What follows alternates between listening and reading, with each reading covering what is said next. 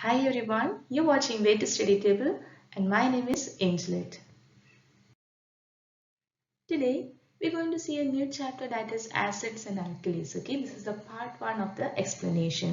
ഇന്ന് നമ്മൾ പുതിയൊരു ചാപ്റ്റർ ആണ് ഡിസ്കസ് ചെയ്യാൻ പോകുന്നത് ആസിഡ്സും ആൽക്കലികളും. ഓക്കെ, സോ നമ്മൾ നിത്യം ഉപയോഗിക്കുന്ന ഒരുപാട് വസ്തുക്കളിൽ എന്തടങ്ങിയിട്ടുണ്ട്? ആസിഡ് സ്വഭാവമുള്ളതും ആൽക്കലി ആയിട്ടുള്ള വസ്തുക്കൾ നമ്മൾ ഉപയോഗിക്കുന്നുണ്ട്. ഓക്കെ, പക്ഷെ നമുക്കതറിയാമോ? അറിയത്തില്ല അല്ലേ? സോ നമുക്ക് ഈ ഒരു ചാപ്റ്ററിൽ നമുക്ക് മനസ്സിലാക്കുന്നതിലൂടെ നമുക്ക് അറിയാൻ കഴിയും നമ്മൾ ഉപയോഗിക്കുന്ന എന്തൊക്കെ വസ്തുക്കളിൽ ആസിഡുകൾ അടങ്ങിയിട്ടുണ്ട്, ആൽക്കലി ആയിട്ടുള്ള വസ്തുക്കൾ ഏതൊക്കെയാണെന്നൊക്കെ. സോ അതിന്റെ ബേസിക് കാര്യങ്ങളാണ് നമ്മൾ ഇന്നത്തെ ഈ ഒരു ചാപ്റ്ററിൽ നമ്മൾ അറിയാൻ പോകുന്നത്. ഓക്കെ, വളരെ സിമ്പിൾ ആയിട്ടുള്ള ഈസി ആയിട്ടുള്ള ഒരു ചാപ്റ്റർ ആണ്. Okay, so let's move on to the topics today. ഇന്നത്തെ നമ്മുടെ topics the plant on which flowers appear, അതുപോലെ hibiscus paper, litmus paper, acid and metals, carbonate, general properties of acids. ഇത്രയും topics ആണ് ഈ ഒരു പാർട്ടിൽ നമ്മൾ കവർ ചെയ്യുന്നത്. ഓക്കെ, സോ ഈ ഒരു പാർട്ടിൽ നമ്മൾ മെയിൻ ആയിട്ട് നോക്കുന്നത് ആസിഡ് എന്താണെന്നാണ് നമ്മൾ മനസ്സിലാക്കാൻ പോകുന്നത്. ഓക്കെ, നെക്സ്റ്റ് ഇതിന്റെ എക്സ്പ്ലനേഷൻ ഭാഗമാകുമ്പോൾ സെക്കൻഡ് പാർട്ടിൽ ഞാൻ ഈ ഒരു ചാപ്റ്റർ എക്സ്പ്ലനേഷൻ കംപ്ലീറ്റ് ചെയ്യുന്നതായിരിക്കും. അതിൽ ഞാൻ ആൽക്കലീനുകൾ എന്താണെന്ന് ഉൾപ്പെടുത്തുന്നതായിരിക്കും. Okay, so let's move on to the first page of the chapter. ഇവിടെ നോക്കി നമുക്ക് എന്താ കൊടുത്തിരിക്കുന്നത്? I went for a magic show yesterday. The magician fixed white paper on a board. അല്ലേ? ഇവിടെ എന്താ പറഞ്ഞിരിക്കുന്നത്? ഇന്നലെ ഞാൻ മാജിക് കാണാൻ പോയി. പിന്നെന്താ പറയുന്നത്? അവിടുത്തെ മജീഷ്യൻ എന്ത് ചെയ്തു? ബോർഡിൽ ഒരു വെള്ള കടലാസ് ഒട്ടിച്ചു. ഇവിടെ കണ്ടില്ലൊരു വൈറ്റ് പേപ്പർ ഒട്ടിച്ചിരിക്കുന്നു. Then he slowly rubbed the board with a handkerchief. എന്നിട്ട് അദ്ദേഹം എന്ത് ചെയ്തു? ഒരു തുവാല എടുത്ത് ബോർഡ് പതുക്കെ തുടച്ചു. What a wonder! ഓ, എന്തൊരു അത്ഭുതം! Red letters started appearing on the board. അതായത് ചുവന്ന അക്ഷരങ്ങൾ തെളിഞ്ഞു വരുന്നു. അത് എങ്ങനത്തെ പേപ്പർ ആയിരുന്നു? വെറും ഒരു വൈറ്റ് പേപ്പർ അല്ലേ അദ്ദേഹം ഒട്ടിച്ചിരുന്നത് അല്ലേ? ചുമരിൽ എന്ത് ഒട്ടിച്ചിരുന്നു? വൈറ്റ് പേപ്പർ ഒട്ടിച്ചു. ഓക്കെ, ബോർഡിൽ. പിന്നെന്താ കണ്ടത്? അദ്ദേഹം ഒരു കർച്ചീഫ് എടുത്ത് ചുമ്മാ ഇങ്ങനെ തുടച്ചപ്പോൾ എന്ത് കാണാം? അവിടെ ചുവന്ന കളറിലെ അക്ഷരങ്ങൾ, റെഡ് ലെറ്റേഴ്സ് കാണാൻ കഴിഞ്ഞു. എന്തൊരു അത്ഭുതം എന്ന് പറയാൻ നോക്കി. Didn't you read the diary? നിങ്ങൾ ഈ diary വായിച്ചില്ലേ? How did the red letters appear on the board? എങ്ങനെയായിരിക്കും ഈ ചുവന്ന അക്ഷരങ്ങൾ ആ ബോർഡിൽ കാണാൻ കഴിഞ്ഞത്? ഇത് ആരെഴുതിയ ഡയറി എന്ന് നോക്കിയേ? ഷെഹനാസ് ഡയറി. ഷെഹനയുടെ ഡയറിയിൽ നിന്നുള്ളൊരു കുറിപ്പാണ് കേട്ടോ. Does the magician have any extraordinary power? അതായത് ഈ മാജിക്കുകാരന് പ്രത്യേക കഴിവ് വല്ലതും ഉണ്ടായിരിക്കുമോ? എന്തെങ്കിലും വലിയ പവർ കാണുമോ? എന്തെങ്കിലും ശക്തി ഉപയോഗിച്ചാണോ അദ്ദേഹം ഇങ്ങനെയൊക്കെ ചെയ്യുന്നത്? ഓക്കെ, നമുക്ക് നോക്കാം. The plant on which flowers appear. പൂക്കൾ പ്രത്യക്ഷപ്പെടുന്ന ചെടി. Let us do this activity. നമുക്ക് ഈ പ്രവർത്തനം നമുക്കൊന്ന് ചെയ്തു നോക്കാം. Keep a small amount of lemon juice, white paper, 2 or 3 hibiscus flowers and a small piece of cloth ready. അതായത് ഈ ഒരു എക്സ്പെരിമെന്റ്, ഈ പരീക്ഷണം ചെയ്യാൻ എന്തൊക്കെ വേണം? അല്പം നാരങ്ങ നീര് വേണം, പിന്നെ ഒരു വെള്ള പേപ്പറും 2-3 ചെമ്പരത്തി പൂവും ഒരു ചെറിയ കഷ്ണം തുണി. ഇത്രയും കാര്യങ്ങൾ നിങ്ങൾ റെഡിയാക്കി വെക്കണം. Okay, draw the picture of a plant on the white paper.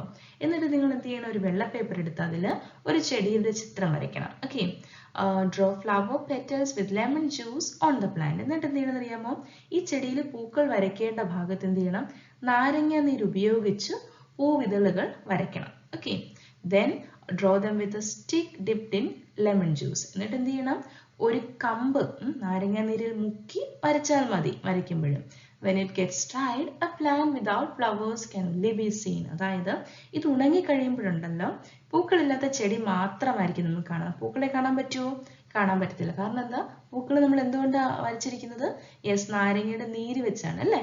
So ആ നാരങ്ങ നീര് ഉണങ്ങി കഴിയുമ്പോൾ നമുക്ക് ആ വൈറ്റ് പേപ്പറിൽ എന്ത് മാത്രമേ കാണത്തുള്ളൂ? ആ ചെടി മാത്രമേ കാണത്തുള്ളൂ. പൂവില്ലാത്തൊരു ചെടിയാണ് നമ്മൾ കാണുന്നത്. Okay, rub hibiscus flowers thoroughly on a piece of cloth. Now the magic can be started. ഇനി നമ്മൾ എന്ത് ചെയ്യണം?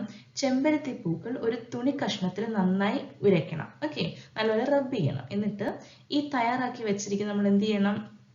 ഈ പേപ്പറിൽ നമുക്ക് മാജിക് കാണാം. എങ്ങനെ നമ്മൾ മാജിക് ചെയ്യുന്നത്? Fix the white paper with the picture on a board. Rub the portion of flowers in the picture gently with the cloth already rubbed with hibiscus flowers. നോക്കിക്കേ, ഇനി മാജിക്കിൽ നമ്മൾ എങ്ങനെയാണ് ചെയ്യുന്നത്? ഈ ചെടിയുടെ ചിത്രം വരച്ച വെള്ള പേപ്പർ ഉണ്ടല്ലോ, അത് നമ്മളൊരു ബോർഡിൽ ഉറപ്പിക്കണം. ഓക്കെ, ഒരു ബോർഡിൽ ഉറപ്പിച്ചിട്ട് നമ്മൾ തുണിയിൽ ചെമ്പരത്തി പൂക്കൾ ഉരച്ച ഭാഗം ഉണ്ടല്ലോ, അതുകൊണ്ട് എന്ത് ചെയ്യണം? കടലാസിൽ പൂക്കൾ വരച്ച ഭാഗം തുടയ്ക്കണം. നമ്മൾ റബ്ബ് ചെയ്യണം. നമ്മളൊരു തുണിക്കകത്ത് മറ്റേ ചെമ്പരത്തി പൂവിൻ്റെ ഇത് ഇങ്ങനെ റബ്ബ് ചെയ്തില്ലായിരുന്നു, ആ തുണി എടുത്തിട്ട് എന്ത് ചെയ്യണം? നമ്മൾ എന്ത് ചെയ്യണം? യെസ്, ആ പേപ്പറിൽ നമ്മൾ എവിടെയാണോ മറ്റേ പൂക്കളൊക്കെ വരച്ചില്ലേ നാരങ്ങ നീര് വെച്ച്, അതിൻ്റെ മുകളിൽ നമ്മൾ എന്ത് ചെയ്യണം? ഈ തുണി കൊണ്ട് ഇങ്ങനെ ചുമ്മാ ഇങ്ങനെ ഒന്ന് ഉരയ്ക്കണം. Okay, didn't you see flowers appearing in the pictures? നിങ്ങൾ പൂക്കൾ പ്രത്യക്ഷമായത് കണ്ടില്ലേ? നമുക്ക് കാണാൻ പറ്റും. Remember to use a magic wand while preparing the magic show. അതായത് മാജിക് ചെയ്യുമ്പോൾ ഒരു മാജിക് വടി കൂടി കരുതണം കേട്ടോ, അത് മറക്കല്ലേ. Did you surprise your friends with your magic show? നിങ്ങൾ നിങ്ങളുടെ ഫ്രണ്ട്സിനെയൊക്കെ അത്ഭുതപ്പെടുത്തി നിങ്ങളുടെ മാജിക് ഷോ കാണിച്ച്. ഇതൊക്കെ ഈ ഒരു കാര്യം നിങ്ങൾക്ക് സിമ്പിൾ ആയിട്ട് നിങ്ങളുടെ വീട്ടിൽ ചെയ്യാവുന്ന മാജിക്കാണ് കേട്ടോ. അപ്പോൾ നിങ്ങൾ എന്ത് ചെയ്യണം? ഇപ്പോൾ നിങ്ങളുടെ അവധി സമയമാണ്, നിങ്ങൾ ഇത് സിമ്പിളായിട്ട് നിങ്ങൾക്ക് ആരുടെ ഹെൽപ്പ് ഇല്ലാതെ നിങ്ങൾക്ക് സ്വയം ചെയ്യാവുന്ന കാര്യമാണ്. നിങ്ങളൊരു പേപ്പർ എടുത്ത് നമ്മൾ ഇന്ന് കണ്ടതുപോലെ എന്ത് ചെയ്യണം? ഒരു ചിത്രം വരയ്ക്കണം. ഒരു ചെടിയുടെ ചിത്രം വരച്ചിട്ട് നാരങ്ങ നീരെടുത്ത് അതിൻ്റെ പൂ വരയ്ക്കണം. എന്നിട്ട് നിങ്ങൾ ചെമ്പരത്തി പൂവ് എടുത്ത് ഒരു തുണിയിൽ തുടച്ചിട്ട് ആ തുണി കൊണ്ട് നിങ്ങൾ ആ പേപ്പർ റബ്ബ് ചെയ്യുമ്പോൾ നിങ്ങൾക്ക് എന്ത് കാണാം? യെസ്, ആ പൂവ് പ്രത്യക്ഷമാകുന്നത് കാണാം. അങ്ങനെ നിങ്ങൾക്ക് മാജിക്ക് നിങ്ങളുടെ വീട്ടിലുള്ളവരൊക്കെ നിങ്ങൾക്ക് കാണിക്കാം. ഓക്കെ, സോ നിങ്ങളത് ചെയ്യല്ലോ അല്ലേ? ചെയ്തവരൊക്കെ എനിക്ക് ഈ ഒരു വീഡിയോയുടെ താഴെ കമൻറ്റ് ചെയ്ത് അറിയിക്കണം കേട്ടോ, എത്ര പേര് ഇത് ചെയ്ത് കാണിച്ചെന്ന്. What could be the reason for the appearance of red flowers on the plant? എന്തുകൊണ്ടായിരിക്കും ചെടിയിൽ ചുവന്ന പൂക്കൾ പ്രത്യക്ഷപ്പെട്ടതിന് കാരണമായത്? Rub a hibiscus flower on a piece of paper. Pour 1 or 2 drops of lemon juice on it. Did you notice the color change? അതായത് ഒരു പേപ്പറിൽ ചെമ്പരത്തി പൂ എന്ത് ചെയ്യണം? ഉരച്ചു നോക്കണം. ഓക്കെ, 1-2 തുള്ളി ചെറു നാരങ്ങ നീര് ആ ഭാഗത്ത് വീഴ്ത്തണം. അപ്പൊ പേപ്പറിനുണ്ടായ നിറമാറ്റം ശ്രദ്ധിക്കുന്നുണ്ടോ എന്ന് ചോദിക്കുന്നത്. Which of the substances we commonly use have this property? അതായത് നമ്മൾ സാധാരണ ഉപയോഗിക്കുന്ന ഏതെല്ലാം വസ്തുക്കളിൽ ഇത്തരത്തിലുള്ള പ്രത്യേകതയുണ്ട്? Conduct an experiment with hibiscus paper on buttermilk, water, coconut oil, vinegar, soap, solution, sugar solution, salt solution, tamarind water and milk. അതായത് നമ്മളോട് എന്താ പറഞ്ഞിരിക്കുന്നത്? ഈ പറഞ്ഞവയിലൊക്കെ നമ്മൾ എന്ത് ചെയ്യണം? ചെമ്പരത്തി പേപ്പർ ഉപയോഗിച്ച് നോക്കാനാണ് പറഞ്ഞിരിക്കുന്നത്. അതായത് മോര്, ബട്ടർ മിൽക്ക് എന്ന് പറഞ്ഞാൽ എന്താ? മോര്, പിന്നെ ജലത്തിൽ, പിന്നെ വെളിച്ചെണ്ണയിലും വിനാഗിരിയിലും സോപ്പ് വെള്ളത്തിലും പഞ്ചസാര ലായനിയിലും ഉപ്പ് ലായനിയിലും പിന്നെ പുളി കലക്കിയ വെള്ളം. ടാമറിൻഡ് എന്ന് പറഞ്ഞാൽ എന്താണ്? പുളിയാണ് കേട്ടോ. പുളി കലക്കിയ വെള്ളവും പാലിലൊക്കെ എന്ത് ചെയ്യണം? ഇതിലൊക്കെ ചെമ്പരത്തി പേപ്പർ ഉപയോഗിച്ച് പരീക്ഷണം ചെയ്യാനാണ് പറഞ്ഞിരിക്കുന്നത്. ഓക്കെ, അപ്പൊ എന്താണ് ഈ ഹിബിസ്കസ് പേപ്പർ? എന്തായിരിക്കും ചെമ്പരത്തി പേപ്പർ എന്ന് പറയുന്നത്? Rub thoroughly a hibiscus flower on both sides of a piece of white paper. Remove all traces of flowers sticking on it after it is dried. അതായത് എങ്ങനെ നമുക്ക് ചെമ്പരത്തി പേപ്പർ തയ്യാറാക്കാം? ഒരു ചെറിയ കഷ്ണം വെള്ള പേപ്പറിന്റെ ഇരുവശത്തും ചെമ്പരത്തി പൂ നന്നായി ഉരച്ചു പിടിപ്പിക്കണം. ഓക്കെ, എന്നിട്ട് പേപ്പർ ഉണക്കി എടുത്ത ശേഷം എന്ത് ചെയ്യണം? ഇതിനകത്ത് പറ്റി പിടിച്ചിരിക്കുന്ന പൂവിന്റെ അംശങ്ങളുണ്ടല്ലോ, അതൊക്കെ നീക്കം ചെയ്യണം. Okay, then using scissors, cut the paper into long and narrow strips. This can be used as hibiscus paper. ഇനി എന്ത് ചെയ്യണം? കത്രിക ഉപയോഗിച്ച് പേപ്പർ വീതി കുറഞ്ഞതും നീളം കൂടിയതുമായ കഷ്ണങ്ങളായി മുറിച്ചെടുക്കണം. നമുക്ക് ചിത്രത്തിൽ കാണിക്കുന്നുണ്ടല്ലോ അല്ലേ? ഇത് കണ്ടില്ലേ? ഇതുപോലെ വീതി കുറച്ച് നീളം കൂടിയായിട്ടുള്ള പീസുകളായിട്ട് എടുക്കണം. ഓക്കെ, ഇതിനെ നമുക്ക് ചെമ്പരത്തി പേപ്പർ എന്ന് വിളിക്കാം. ഓക്കെ, അപ്പൊ ഇങ്ങനെ ഈ ചെമ്പരത്തി പേപ്പർ ഉപയോഗിച്ച് വേണം നിങ്ങൾ എക്സ്പെരിമെന്റ് എല്ലാം ചെയ്ത് നോക്കണം കേട്ടോ. Repeat the above experiments using blue litmus paper instead of hibiscus paper. ഇനി നമ്മളോട് പറഞ്ഞിരിക്കുന്നത് ഇതേ പരീക്ഷണങ്ങൾ നീല ലിറ്റ്മസ് പേപ്പർ ഉപയോഗിച്ച് ചെയ്യാനാണ്. ചെമ്പരത്തി പേപ്പർ ഉപയോഗിക്കുന്നതിന് പകരം ഇനി നീല ലിറ്റ്മസ് പേപ്പർ ഉപയോഗിച്ച് ചെയ്യാനാണ് പറഞ്ഞിരിക്കുന്നത്. ഓക്കെ, സോ എന്താണ് ഈ ലിറ്റ്മസ് പേപ്പർ? എന്തായിരിക്കും ലിറ്റ്മസ് പേപ്പർ എന്ന് പറയുന്നത്? In laboratories, litmus paper is commonly used instead of hibiscus paper. They are available in red and blue colors. അതായത് ചെമ്പരത്തി പേപ്പർ പോലെ ലബോറട്ടറിയിൽ സാധാരണ ഉപയോഗിക്കുന്ന ലിറ്റ്മസ് പേപ്പർ ആണ്. ലബോറട്ടറിയിൽ എന്താണ് ഉപയോഗിക്കുന്നത്? അവർ ഹിബിസ്കസ് പേപ്പർ ആണ് ഉപയോഗിക്കുന്നത്? അല്ല, അവർ ലിറ്റ്മസ് പേപ്പർ ആണ് ഉപയോഗിക്കുന്നത്. ഓക്കെ, അത് ചുവപ്പും ഉണ്ട് നീല നിറമുണ്ട്. നമ്മളോട് ഏത് നിറം ഉപയോഗിക്കാനാണ് പറഞ്ഞിരിക്കുന്നത്? ബ്ലൂ ലിറ്റ്മസ് പേപ്പർ ഉപയോഗിക്കാനാണ് പറഞ്ഞിരിക്കുന്നത് അല്ലേ? Which are the liquids that turn the hibiscus paper red?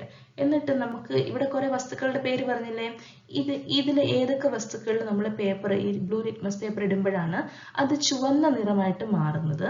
അതുപോലെ did you notice that the liquids that turn hibiscus flower paper red generally have a sour taste? അതായത് ഈ ഹിബിസ്കസ് പേപ്പർ ചുവന്നയായിട്ട് മാറൂല. ഇത് കണ്ടില്ലേ, ഇത് നീല പേപ്പർ ആയിരുന്നു, അത് ചുവപ്പായിട്ട് മാറിയത് കണ്ടോ, മുക്കിയ ഭാഗം.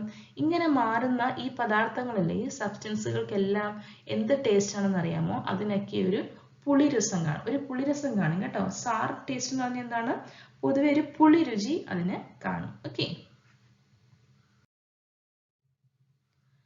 നമുക്ക് ആസിഡ് എന്താണെന്ന്. Okay, lemon juice, butter milk, tamarind, vinegar etcetera contain certain acids. അതായത് നാരങ്ങ നീരും മോരും പുളി പിന്നെ വിനാഗിരി ഇവയിലൊക്കെ എന്തുണ്ട്? ചില ആസിഡുകൾ അടങ്ങിയിട്ടുണ്ട്.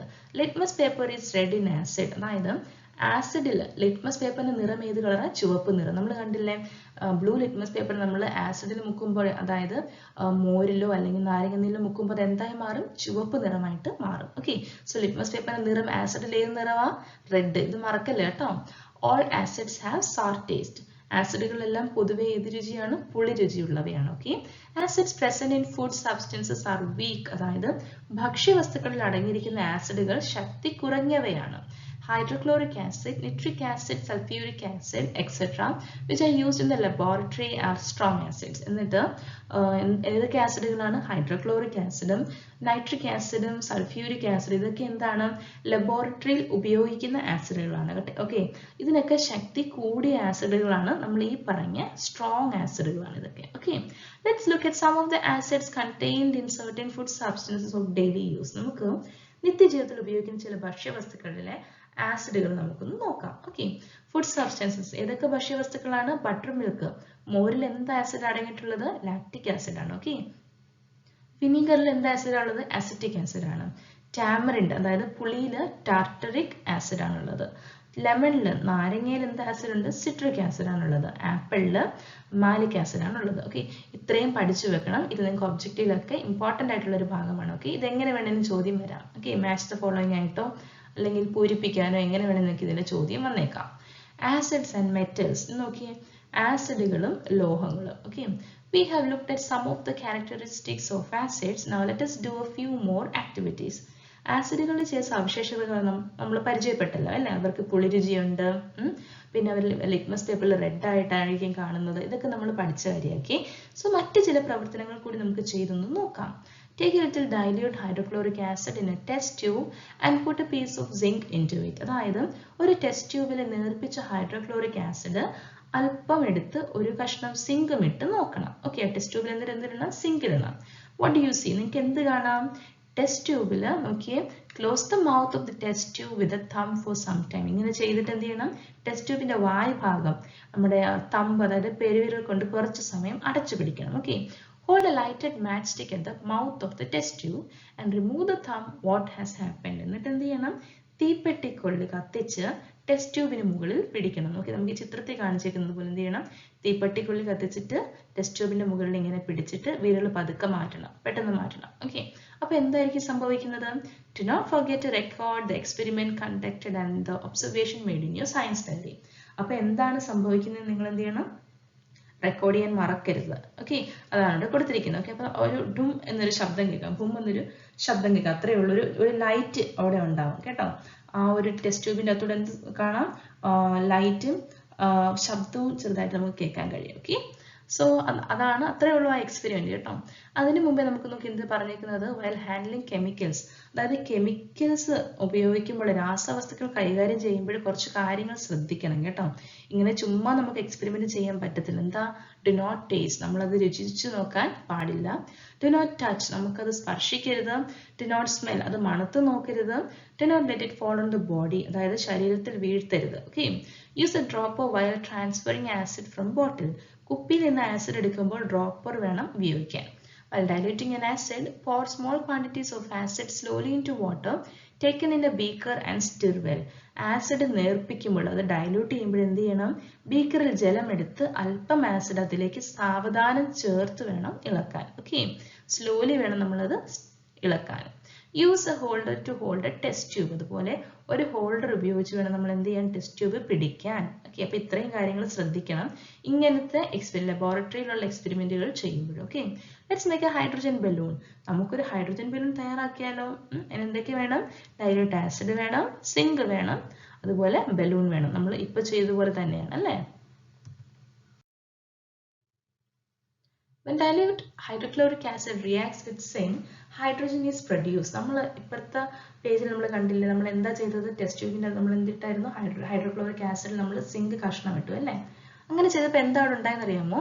അവിടെ ഹൈഡ്രജൻ ആണ് പ്രൊഡ്യൂസ് ആയത്. അവിടെ എന്ത് വാതകം ഉണ്ടായത്? ഹൈഡ്രജൻ ഉണ്ടായി. ഹൈഡ്രജൻ ഈസ് ഇൻഫ്ലേമബിൾ, അതായത് ഹൈഡ്രജൻ കത്തുന്ന വാതകമാണ്. ഇൻഫ്ലേമബിൾ എന്ന് പറഞ്ഞാൽ എന്താണ്? കത്തുന്ന വാതകമാണ്.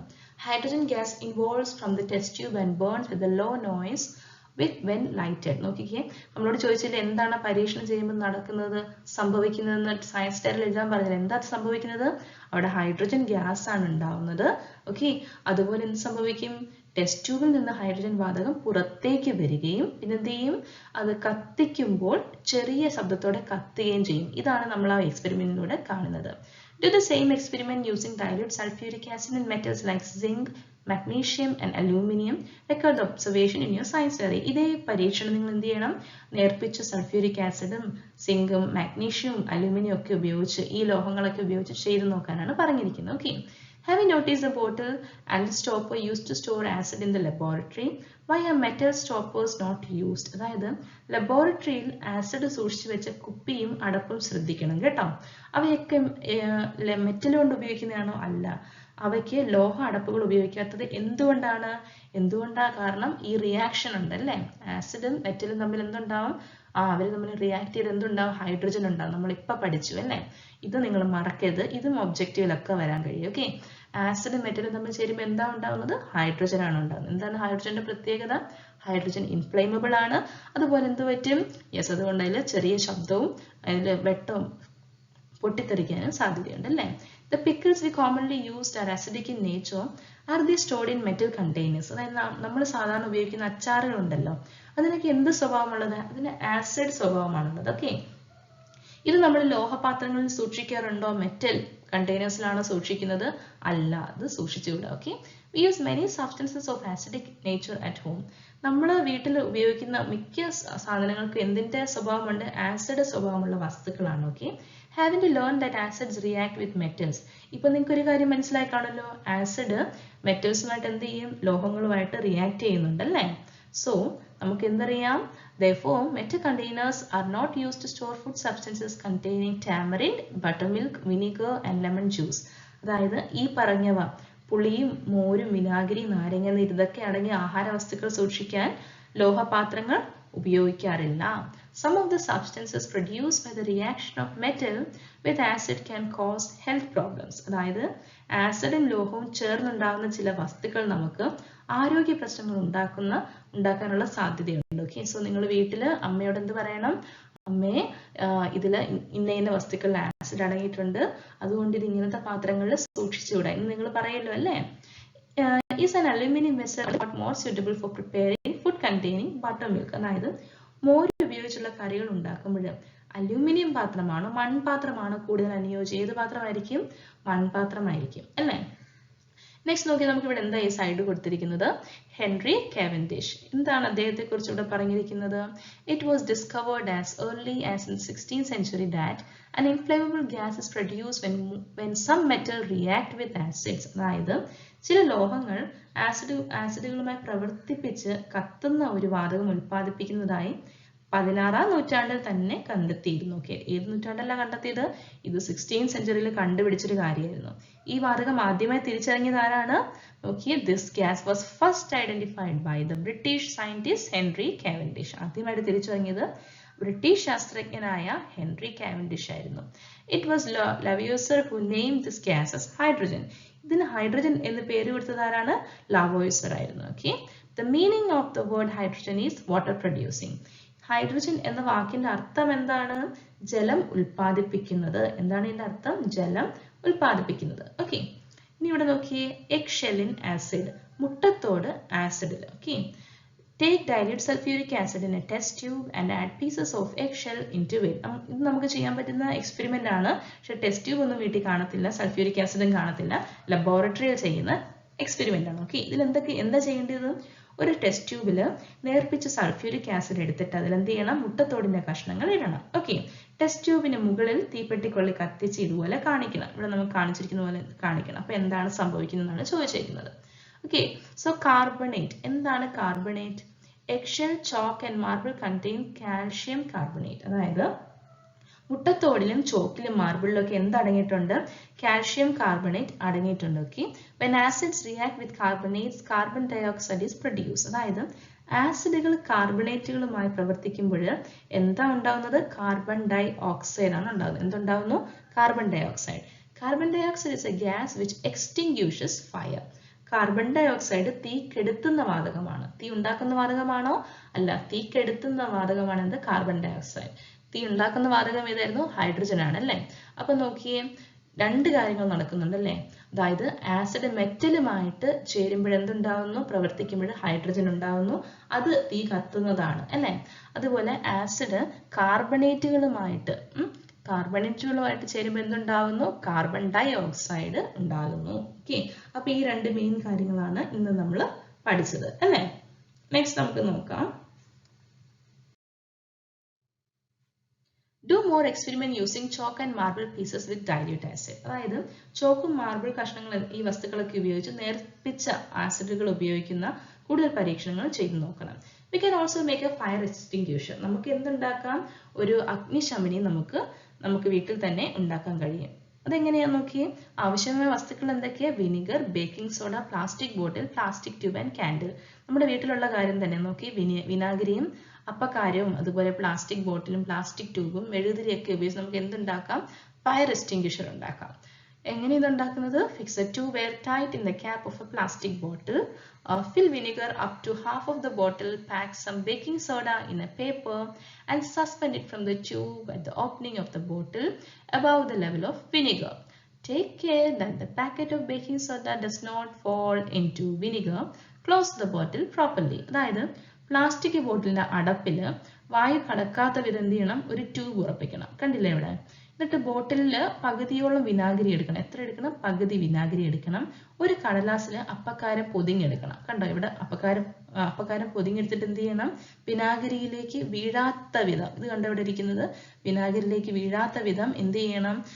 ബോട്ടിലിന്റെ മുകൾ ഭാഗത്ത് ട്യൂബിൽ കെട്ടിത്തൂക്കുക. ഇവിടെ കെട്ടിത്തൂക്കിക്കുന്നത് കണ്ടില്ലേ? എന്നിട്ട് ബോട്ടിൽ നന്നായി അടയ്ക്കണം. Okay, shake the bottle thoroughly and allow baking soda to fall into vinegar. Direct the gas coming from the bottle towards a lighted candle. What do you see? അതായത് ബോട്ടിൽ നന്നായി കുലുക്കണം. അപ്പക്കാരം വിനാഗിരിയിലേക്ക് വീഴാൻ അനുവദിക്കണം. ഈ പേപ്പറിൽ കെട്ടിയ അപ്പക്കാരം എന്ത് ചെയ്യണം? വിനാഗിരിയിലേക്ക് വീഴാൻ നമ്മൾ അനുവദിക്കണം. അപ്പൊ അതുകൊണ്ട് കുലുക്കണം ബോട്ടിൽ. ഓക്കെ, അപ്പൊ എന്ത് സംഭവിക്കും നോക്കിയേ? ബോട്ടിൽ നിന്ന് വരുന്ന വാതകം കത്തുന്ന മെഴുകുതിരിയുടെ നേരെ പിടിക്കണം. ഈ ട്യൂബിൽ കൂടെ എന്ത് വരും? ഒരു ഗ്യാസ് വരും അല്ലേ? അത് നമ്മളിവിടെ എന്ത് ചെയ്യണം? ഒരു മെഴുകുതിരി കത്തിച്ചു വെക്കണം. ഓക്കെ, അപ്പൊ ആ ഗ്യാസ് വരുമ്പോൾ എന്ത് പറ്റും എന്നാണ് ചോദിച്ചിരിക്കുന്നത്. You know that vinegar is acetic acid. നിങ്ങൾക്കറിയാമോ വിനാഗിരി അസിറ്റിക് ആസിഡ് ആണെന്ന്? Baking soda sodium bicarbonate. അതുപോലെ ബേക്കിംഗ് സോഡ എന്താണ്? അപ്പക്കാരം സോഡിയം ബൈകാർബണേറ്റ് ആണ്. ഓക്കെ, ഇവിടെ എന്താണ്? കാർബണേറ്റ് ആണ് അല്ലേ? സോ ഇവരുടെ ചേരുമ്പോൾ എന്തുണ്ടാവും? കാർബൺ ഡൈ ഓക്സൈഡ് ഉണ്ടാവും. നമ്മൾ ഇപ്പൊ പഠിച്ച കാര്യമല്ലേ? ആസിഡും കാർബണേറ്റും ചേരുമ്പോൾ എന്തുണ്ടാവും? കാർബൺ ഡൈ ഓക്സൈഡ് ഉണ്ടാവും അല്ലേ? അത് തന്നെ ഇവിടെ സംഭവിക്കുന്നത്. അപ്പൊ കാർബൺ ഡൈ ഓക്സൈഡ് എന്താ? കാർബൺ ഡൈ ഓക്സൈഡിന്റെ പ്രത്യേകത എന്താ? അത് തീ കെടുത്തും അല്ലേ? തീ കെടുത്തുന്നതല്ലേ? അപ്പം ഈ മെഴുകുതിരിയുടെ കത്തിച്ചു വെക്കുന്ന അതിന്റെ തീ എന്ത് പറ്റും? അത് കെട്ടുപോകും അല്ലേ? The fire extinguisher works on this principle. ഈ ഒരു തത്വത്തിനനുസരിച്ചാണ് എന്ത് നടക്കുന്നത്? അഗ്നിശമനി പ്രവർത്തിക്കുന്നത്. Okay, so include the experiment and note in your science. അതുകൊണ്ട് നിങ്ങൾ ഇത് ചെയ്ത് നോക്കണം. വളരെ ഈസി ആയിട്ടുള്ള ഒരു കാര്യമാണ് കേട്ടോ. Magic of the egg. കോഴിമുട്ടയുടെ മാജിക് എന്താണ്? Place an egg in a beaker. Fill the beaker full with vinegar. അതായത് ബീക്കറിനുള്ളിൽ ഒരു കോഴിമുട്ട വെക്കണം. എന്നിട്ട് ബീക്കർ നിറയെ വിനാഗിരി എടുക്കണം. The egg rises to the surface and then sinks. അപ്പൊ എന്ത് പറ്റും? കോഴിമുട്ട മുകളിലേക്ക് വന്ന ശേഷം താഴേക്ക് പോകുന്നത് കാണാം. This action keeps on repeating. അതായത് ഈ പ്രവർത്തനം ആവർത്തിച്ചുകൊണ്ടേയിരിക്കും. നിങ്ങൾക്ക് വീട്ടിൽ ചെയ്യാൻ കേട്ടോ. Carbonate in the eggshell react with acid and carbon dioxide is formed. ഇവിടെ എന്താ സംഭവിക്കുന്നത്? യെസ്, മുട്ടത്തോടിൽ എന്തുണ്ട്? കാർബണേറ്റ് ഉണ്ട്, നമ്മൾ പഠിച്ചു. അതെന്ത് പറ്റും? ആസിഡുമായി പ്രവർത്തിച്ച് കാർബൺ ഡയോക്സൈഡ് ഉണ്ടാവുന്നു. Okay, The egg ascends because carbon dioxide adheres in the form of bubbles to the surface of the egg. അതായത് മുട്ടയുടെ ഉപരിതലത്തിൽ കാർബൺ ഡയോക്സൈഡ് നിറഞ്ഞു നിൽക്കുന്നത് കൊണ്ടാണ് കോഴിമുട്ട ഇങ്ങനെ ഉയരുന്നത്, ഓക്കെ, അതിങ്ങനെ പൊങ്ങുന്നത്. When the egg reaches the surface, carbon dioxide escapes and the egg descends. അതായത് മുകളിൽ എത്തുമ്പോൾ എന്ത് പറ്റും, ഈ മുട്ട മുകളിലോട്ട് എത്തുമ്പോൾ കാർബൺ ഡയോക്സൈഡ് മുട്ടയുടെ ഉപരിതലത്തിൽ നിന്ന് പുറത്തേക്ക് പോകും, ഓക്കെ. അതുകൊണ്ട് കോഴിമുട്ട എന്ത് ചെയ്യും, താഴും. അതുകൊണ്ട് ഇങ്ങനെ പൊങ്ങിയും താഴ്ന്നു എന്ത് ചെയ്യും, ബീക്കറിനകത്ത് കോഴിമുട്ട ഇങ്ങനെ ഒരു മാജിക് പോലെ, ഓക്കെ. അപ്പൊ ഇത് കണ്ടല്ലോ, എന്തുകൊണ്ടാണ്, കാർബണേറ്റ് കാരണമാണ് അല്ലെ. കാർബണേറ്റ് എന്തുണ്ടാകുന്നു, കാർബൺ ഡയോക്സൈഡ് ഉണ്ടാകുന്നുണ്ട് അല്ലെ. വിനീഗർ എന്താണ്, വിനീഗർ ആസിഡ് സ്വഭാവമുള്ളതാണ്. അതുപോലെ എഗ്ഗിന്റെ തോട്, മുട്ടത്തോടിന് എന്തുണ്ട്, കാർബണേറ്റ് അടങ്ങിയിട്ടുണ്ട്. അതുകൊണ്ട് അവിടെ എന്തുണ്ടാവുന്നു, കാർബൺ ഡയോക്സൈഡ് ഉണ്ടാകുന്നു. അതുമൂലം മുട്ട എന്ത് ചെയ്യുന്നു, ബീക്കറിൽ പൊങ്ങിയും താഴുകയും ചെയ്യുന്നു. So general properties of acids. So നമ്മൾ ഇന്ന് പഠിച്ച ഭാഗത്തിൽ നിന്ന് നമുക്ക് ആസിഡുകളുടെ പൊതു സ്വഭാവങ്ങൾ എന്തൊക്കെയാണ് നമുക്ക് മനസ്സിലാക്കാം. നമുക്ക് ഇന്ന് ഒരുപാട് എക്സ്പെരിമെന്റ് ചെയ്യുന്നു. അതിലൂടെ നമ്മൾ എന്ത് മനസ്സിലാക്കി, colour of litmus paper in acid. നമ്മൾ എന്ത് മനസ്സിലാക്കി, ലിറ്റ്മസ് പേപ്പറിന്റെ ആസിഡിന്റെ നിറം എന്തായിരിക്കും, റെഡ് ആയിരിക്കും അല്ലെ. ടേസ്റ്റ് എന്താണ്, സാർ ടേസ്റ്റ് ആണ്, പുളി രുചിയാണ് അല്ലെ. റിയാക്ഷൻ വിത്ത് മെറ്റൽസ്, ലോഹങ്ങളുമായുള്ള പ്രവർത്തനത്തിൽ എന്തുണ്ടാകുന്നു, ഹൈഡ്രജൻ ഉണ്ടാകുന്നു അല്ലെ. റിയാക്ഷൻ വിത്ത് കാർബണേറ്റുമായിട്ട് പ്രവർത്തിക്കുമ്പോൾ എന്തുണ്ടാകുന്നു, കാർബൺ ഡയോക്സൈഡ് ഉണ്ടാകുന്നു, okay. So when ants bite, ഉറുമ്പ് കടിക്കുമ്പോൾ ശരിക്കും എന്താ ഉണ്ടാകുന്നത്, when ants bite a small amount of formic acids enters a body. This is why it pains. അതായത് ഉറുമ്പ് കടിക്കുമ്പോൾ അല്പം ഫോമിക് ആസിഡ് നമ്മുടെ ശരീരത്തിലേക്ക് പ്രവേശിക്കുന്നു. ഇതാണ് ഉറുമ്പ് കടിക്കുമ്പോഴുള്ള വേദനയ്ക്ക് കാരണം, ഓക്കെ. സോ ഇത്രയേ ഉള്ളൂ നമ്മുടെ ഈ ഒരു പാർട്ടിൽ. വളരെ സിമ്പിൾ ആയിട്ടാണ് നമ്മൾ ഈ ഒരു ഇത്രയും ഭാഗം കവർ ചെയ്തത്. സോ നിങ്ങൾ ഈ ഒരു ചാപ്റ്റർ ഞാൻ ഇത്ര എടുത്ത പോർഷൻ ഒന്ന് വായിച്ച് മനസ്സിലാക്കുക, ഓക്കെ. സോ വളരെ സിമ്പിൾ ആയിട്ടുള്ളൊരു ചാപ്റ്റർ ആണ്. നിങ്ങൾ ഈസി ആയിട്ട് നിങ്ങൾ ചില കാര്യങ്ങളൊക്കെ നിങ്ങൾക്ക് വീട്ടിൽ തന്നെ എക്സ്പെരിമെന്റ് ചെയ്ത് നോക്കുക, ഓക്കെ. സോ ചെയ്ത് നോക്കിയ കാര്യങ്ങളൊക്കെ എനിക്ക് കമന്റ് ചെയ്ത് അറിയിക്കാൻ മറക്കരുത്, okay. Thanks for watching every one. So നിങ്ങൾക്ക് ഇത് ഉപകാരപ്പെട്ടെങ്കിൽ ഈ ഒരു വീഡിയോ നിങ്ങളുടെ ഫ്രണ്ട്സിന് ഷെയർ ചെയ്യാൻ മറക്കരുത്. ഒപ്പം ലൈക്ക് ആൻഡ് കമന്റ് ചെയ്ത് തന്നെ അറിയിക്കുക, okay. So see you the next video. Till then bye. Thank you. God bless U.